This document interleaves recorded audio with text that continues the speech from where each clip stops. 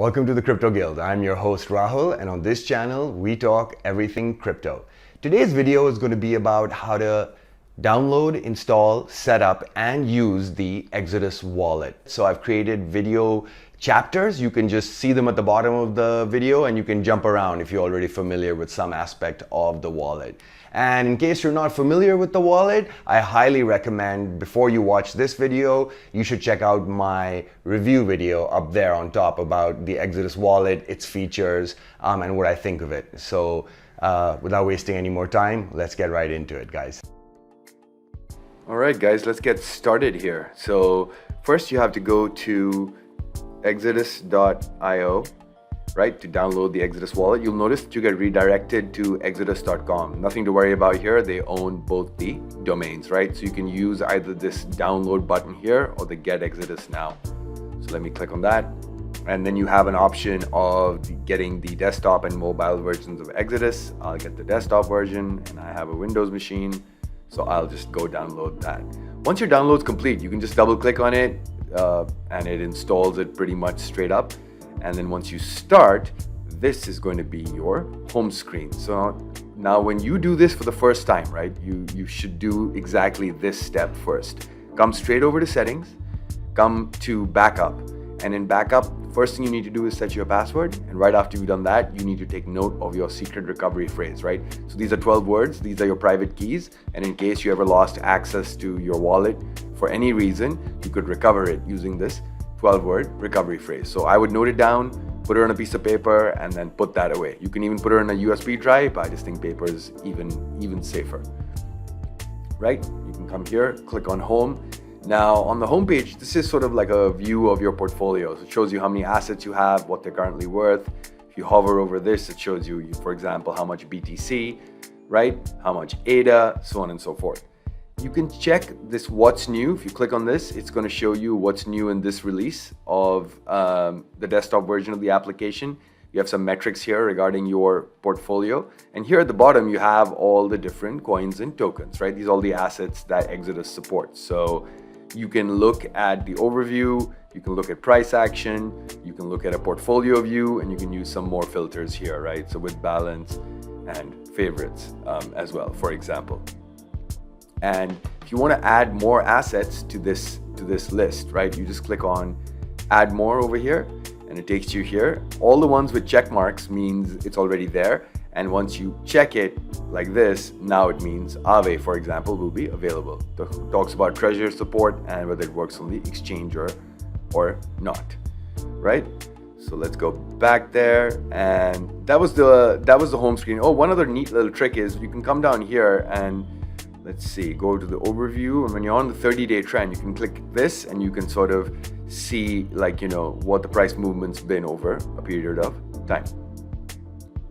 All right, next, let's check out the main wallet functionality. Now, as far as the wallet is concerned, so by default, I'm looking at my Bitcoin wallet, right? You have some tabs here, activity. This is like sort of your transaction history. You have about this project. You have some videos made by Exodus and then some blogs. If you click on receive, you'll get your receiving address. So this is the address you want to give to the person sending you the Bitcoin. You can copy it like so, and you can even email it if you like. You can even send it or see it on the blockchain. Now, one thing to note about the Bitcoin address specifically is that it has this arrow here, right? And it's actually showing a second address. So what's the story here? Well, addresses which start with like this, with a 1, are usually legacy addresses, and all Bitcoin wallets or wallets that implement Bitcoin have this, right? They typically definitely support this.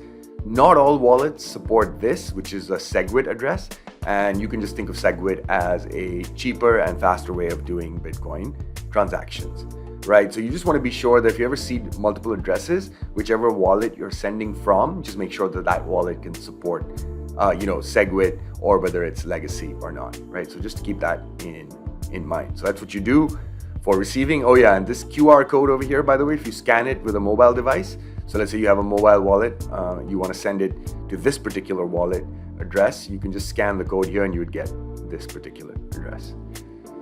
All right, if you want to send some crypto, to someone. Here's where you would put in the address. You can scan it from your desktop or camera, and you can specify how much to send, either using dollars, it'll do the conversion for you, or you can just specify the Bitcoin itself. I don't have enough funds, so it's not. It shows you the balance and the fee over network fee as well. Oh, one cool little thing, by the way, over here is you can enable some advanced functionality, and that does two things. You can put a personal note regarding this transaction, it's optional, and you can sort of set the fees for you know, how you want your transaction to be prioritized, right?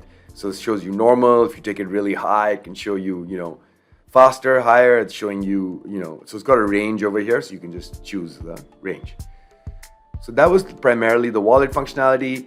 Then you have an exchange. So this is sort of a neat little way by which you can quickly exchange one asset for another. So you can just choose whichever asset you want to exchange into. So here it's Bitcoin to Algorand, and you can specify over here how many. So maybe I want to exchange 1 Bitcoin.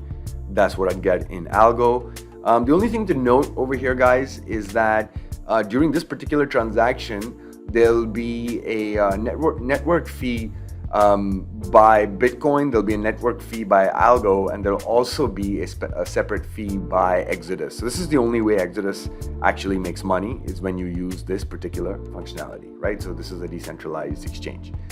Compound Finance, I won't go into too much, but essentially this is you know, Exodus dabbling into the DeFi space. You can essentially give out your DAI tokens, and you can earn sort of, you know, an interest on them, except it's different from staking. So that's Compound Finance. You can see the history here.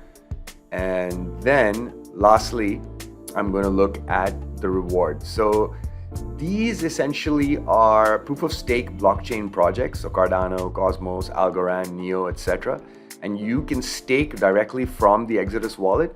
And this shows you what you have to do to claim your stake. But essentially, you can see over here that for Cardano, it's showing all-time earnings of, like, you know, 11.9 Cardano. And all you need to do to enable it is to click on Get Rewards, right? You can use this cool little profit calculator here. If you want to see how much you would make, you could move that around or set a value there, whatever it is, right?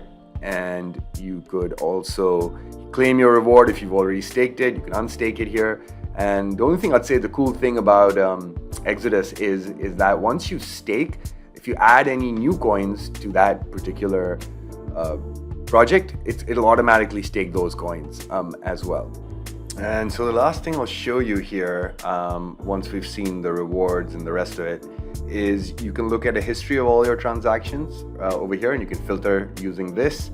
And then you can go to support if you ever get stuck with Exodus Wallet. Here are the FAQs, here are some videos, and you can sort of use these different links over here on top to contact Exodus. They're pretty decent about support.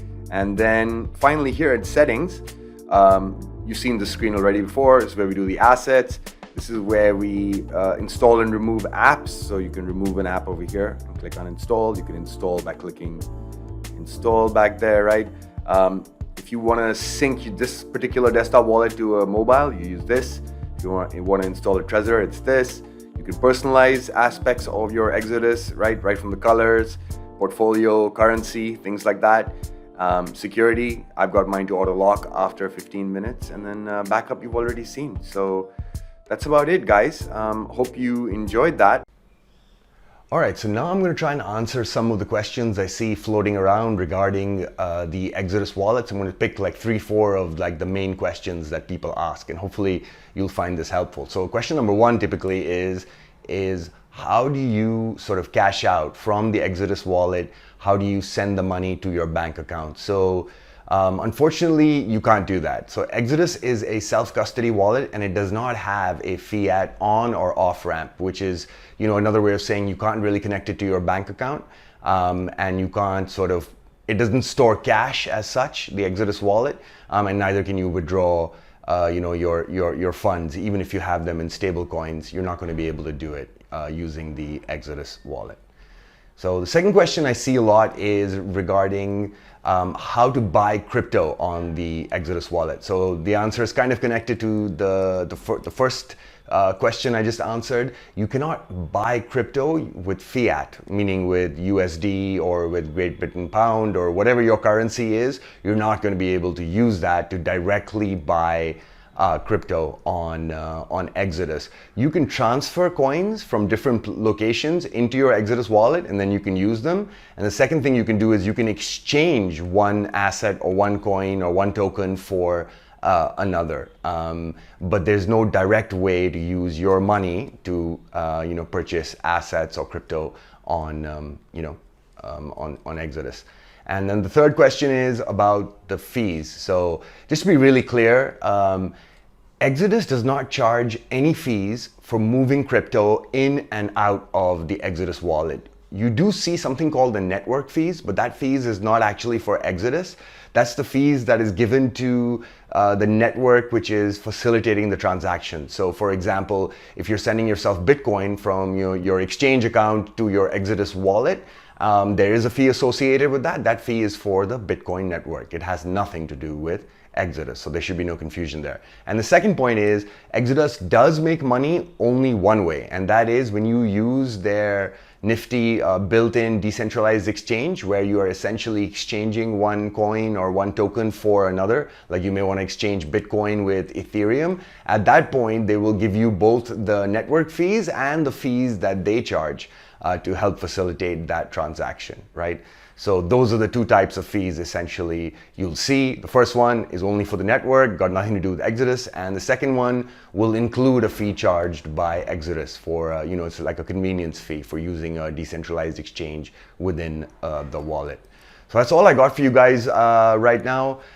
Please like and subscribe if you found this useful, and hit the bell notification if you want to be kept up to date about other videos I'm going to release. And yeah, tell me any questions you have. Tell me any places you might get stuck, and what do you think of the Exodus wallet. And so guys, until next time, peace.